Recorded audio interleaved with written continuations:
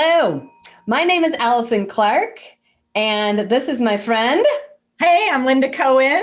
And last year we started This Kind Company. Yes. Linda, tell them why we started this. We wanted to share stories about companies that were doing kind things during the pandemic for their employees, and just to make sure that their employees were cared for and acknowledged. And we thought it would be great to showcase them. Good, because in the news, there's so many depressing things that were going on and still going on. So there is so much good going around. And so just to highlight that, I recently had heard that at least 41% of everyone in the US had experienced some sort of mental health challenge. So why do you see that kindness is so important now in the workplace more than ever? Well, I think we have many people working remotely, so they're disjointed from their coworkers and colleagues. You don't have that company culture, and people who are working still at a place of employment is probably frontline or emergency personnel or some kind of a business that has to maintain, distance. And it's just, everything is so up in the air right now, don't you think? It's it's just a hard time, I think, for employees all around, no matter what you do and what your job is. Yeah, for sure. I recently was listening to a podcast and they were talking about how the lack of mentorship and coaching is being felt because so many people are not in the office, and especially for newer employees, like straight out of college, where they learn so much just by listening and, being in that environment. Right. So we lost the water cooler. That's where you just walk by somebody's desk, check in with them. Hey, how are you? Right. Or they see the photo of, their dogs or their family or whoever, and it's like an immediate connection. But although we do still have that, don't you, Allison, in the Zoom room? Sometimes somebody's cat will walk by or their kids will come over. And oh my gosh, yes. Yeah, that's kind of been a silver lining, maybe. I do think that sometimes employees have gotten to know each other even more intimately because of their circumstances. But yeah. Oh yeah, I feel definitely more connected to people because you're not just seeing like their office, attire and their suits, and you are meeting. The craziest animal I ever met was a pet pig. Like, oh my gosh, really? Pet pig. She's like, sorry, here he is. And Megan from Niagara. It was awesome. Well, and my dogs are always in my office. And sometimes if it's quiet, I do like a loving kindness meditation at the end of my program often.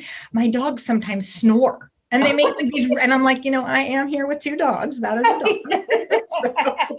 But that is reality. But you're right. I mean, it's so needed right now. And so the purpose of us highlighting this and also doing these videos is to give everyone just a couple ideas and to remind every single person that you matter, like your actions every single day, even if you're smiling with your eyes, through your mask or sending a text message or reaching out to a colleague, like it matters. So we want to I have heard over and over again this last year in 2020, that listening, really actively listening to your employee that's a huge kindness.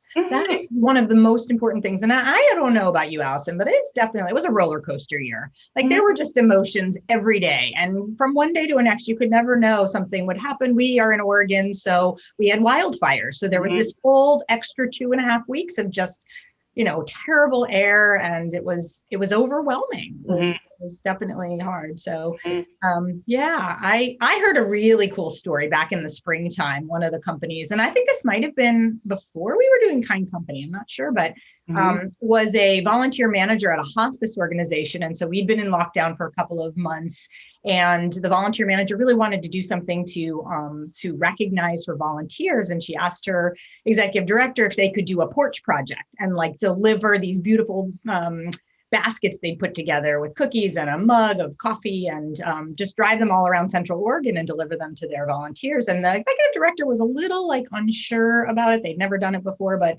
kind of reluctantly said, yeah, you should do that. And it turned out to be such a huge gift. It was a gift for the volunteers. It was a gift for the staff who actually did the driving in Central Oregon, which is a pretty big geographic area. And for that volunteer manager, when I had asked, what was one way that your organization showed you kindness this year, she said, having my executive director believe in me, even if it was reluctantly in the beginning, just having her accept that I could try this was really huge. And of course, when it was a success, there was kudos. So it doesn't have to cost anything necessarily, but if an organization, and I thought, I don't know, I'm sure you've heard this with your organizations and businesses too, that we had to adapt. There were so many things that had to be adapted last year that allowing your employees to think of new ways to adapt was also a huge piece of acknowledging them and their value and their worth in your organization. So. Oh my gosh. If you were not empowering your people before, this is the time to do it, because you really do have to trust, because you're right. We're all learning, in a totally different way. Totally. I had a great experience. So two of my companies, I used to do live team building events. So whether it was like a retreat. And so if you think about employees, they're like, oh my gosh, 4 hours on a Zoom. No, but it actually turned out to be awesome. And one of the reasons why is because this leader from TriMet, she hand painted over 20 mugs with people's strengths, but it was like awesome. She would draw like an image. So it might be like a lightning and be like, this goes to Sarah because of her energy. And so every single person, she held up the mug, gave them the strength. I mean, people were like, thank you. I mean, it was meaningful. And then she brought all the mugs into the office, and then people could pick them up whenever. But it was a mind shift of, and I hear a lot of people say this, you probably do too. It's like, well, we used to do it that way. Yeah. It's like, still do that. Like, still do the basket that you mentioned, still do the awards, but they have to be different. What's another example that you heard? I heard about a company downtown that had like a Pearl district. That's like our kind of downtown area. They had a headquarters down there, and of course everybody was remote. And it was a small company, and some of their staff had children. And so leading up to the fall of 2020, many of the staff was saying it's really hard to juggle kids and my job. And so the CEO decided to start a little school for the 8 kids in his company, the children's of the employees. So they would drop them off at the headquarters, which had now been turned into a little school. They hired a teacher, and they put a little basketball hoop in the headquarters. There must have been kind of a fun area. And I saw pictures of it. And, she said that was just huge. He had heard really what the biggest challenge was for their employees. And I guess it was possible because of the size of their company. It wasn't a massive company, but I thought that was incredible. And now the productivity, and I am sure you've heard, I think productivity was still pretty amazing last year. I think people showed up, and I even read something that people were giving 48 minutes extra a day to their work because there is really less separation. But I just thought that was a great story of a company. So, yeah, the research I had read too, it's like 40% had stayed the same, 40% had gone up, and only 20% had decreased. So people are finding a way, and it really is because people are trusting them to be, to make those decisions. Yeah. Autonomy is huge. I think autonomy in a workplace is important, not being micromanaged. And I think last year we had to let that happen, Right. So much more freedom. So you want to talk a little bit about self-care though, because I think all of this has to come down with, I don't know if you want to shift yet, or you want to share another kind company. Yeah, we can go right into that. I was going to give one more, but we can go right into that, and I can tell that later. All right. Well, I think you and I talked before we started recording just about how important it is for us to consider our own kindness, our own self-care and self-kindness when we are especially moving through a global pandemic, for more than a year. And I had shared with you this covering your bases. I know you had talked about some self-talk, which you'll talk about, but I had heard this really cool thing about from a pediatrician here in Portland about doing something every day to cover your bases. And BASE stands for doing something for your body. So movement of some kind, doing something that you accomplish every day for the A. And that doesn't have to be a big thing. It can be, folding the laundry, making a pot of soup, doing and the pediatrician. Make your bed. I know, Allison, any day, which is very rarely that I don't make my bed, I literally hear your voice in my head because I know we make our beds, and it's to yourself for later. That's an accomplishment. I know, it is. Well, S is social connection, which obviously during the pandemic is harder, but you can still do it through Zoom, FaceTime, or socially distance with somebody you can see. And then E is to enjoy something every day. And it could be something you've accomplished or done for your body, or something you've socially connected with, but do something every day that you enjoy. And I just think this is a really easy set of reminders for ourselves every day. For sure. You only get one life, man. So exactly. Well, yeah. And just to focus what you can control on, and enjoying something every day could be going outside for 10 minutes. It could be petting your dog, or, hanging out with a friend, safely that you can, but it's the small things. It doesn't have to be all day. Right. And you're right. I did mention, I love one of the podcasts called the Happiness Lab. Yeah. And it also is a great reminder. It's like, what are you filling your brain with? Because that also is going to start with how you treat yourself. But I love their podcasts. And she had a speaker on, and she was talking about a lot of people in the new year, they want to, get in shape and, have their body look different and fitness. And she just said, she's like, you have to think about if you were to make a meal or order a meal on a menu for someone that you loved, what would you order?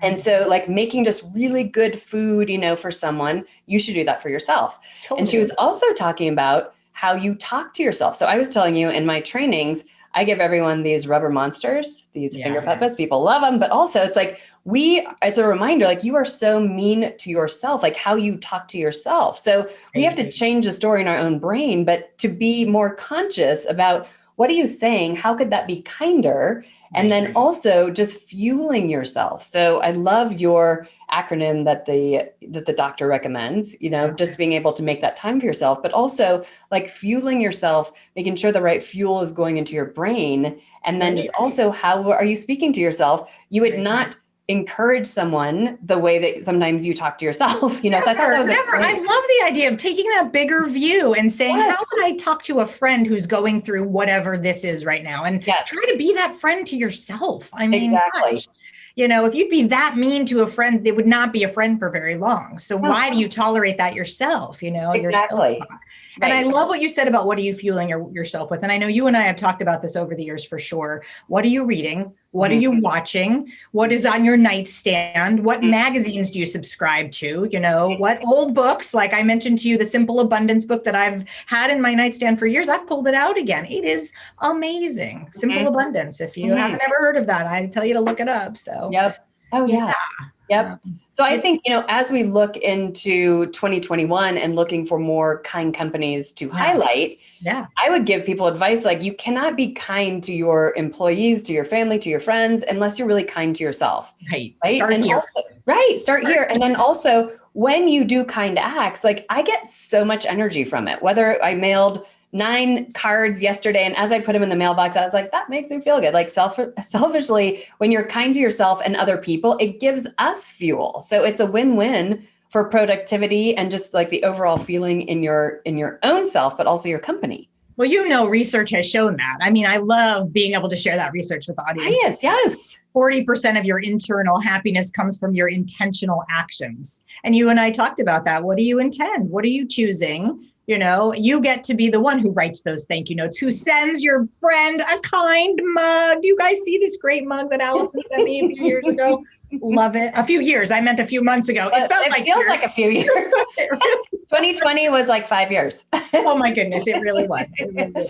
And then it doesn't cost a lot of money. We talked about that. It doesn't have to cost a lot of money. It could be simple. I had another client who runs a Comfort Care. They're a caregiving association back in the New Jersey area. And one of the big things he did last year was every Monday he would go out and meet his 40 caregivers, and he'd bring them, a hand sanitizer or a bottle of water just to check in with them. And he said, it was a hard year for caregiving staff because a lot of people quit their organizations, and he only lost a couple of people out of his 40 caregivers because he thought, he made that effort to be there for them during that really hard year of not knowing what was coming next. So.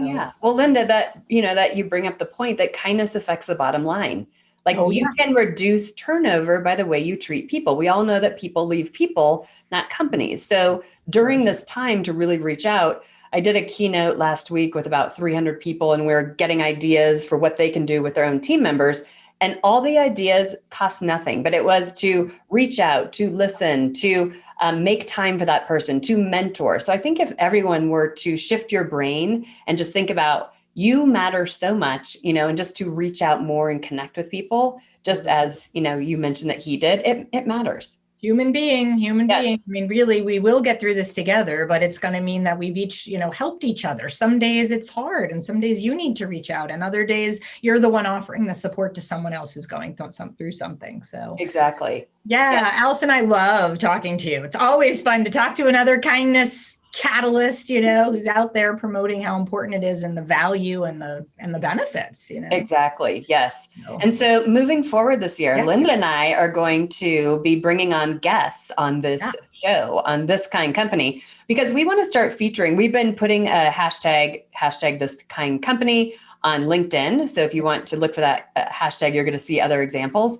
But we want to start interviewing people just once a month and really highlighting what they're doing to give everyone ideas that are simple that you can apply today. So Linda, thank you so much for being my kind power partner. Love it, Allison. It's just exciting, you know, as we go into this year to remember that we have so much we can control and that everyone can make this world just a little bit kinder place. Definitely. Great to talk to you. Bye, so Allison. Thank you. Send us your ideas, this kind company. Kind company, hashtag kind company.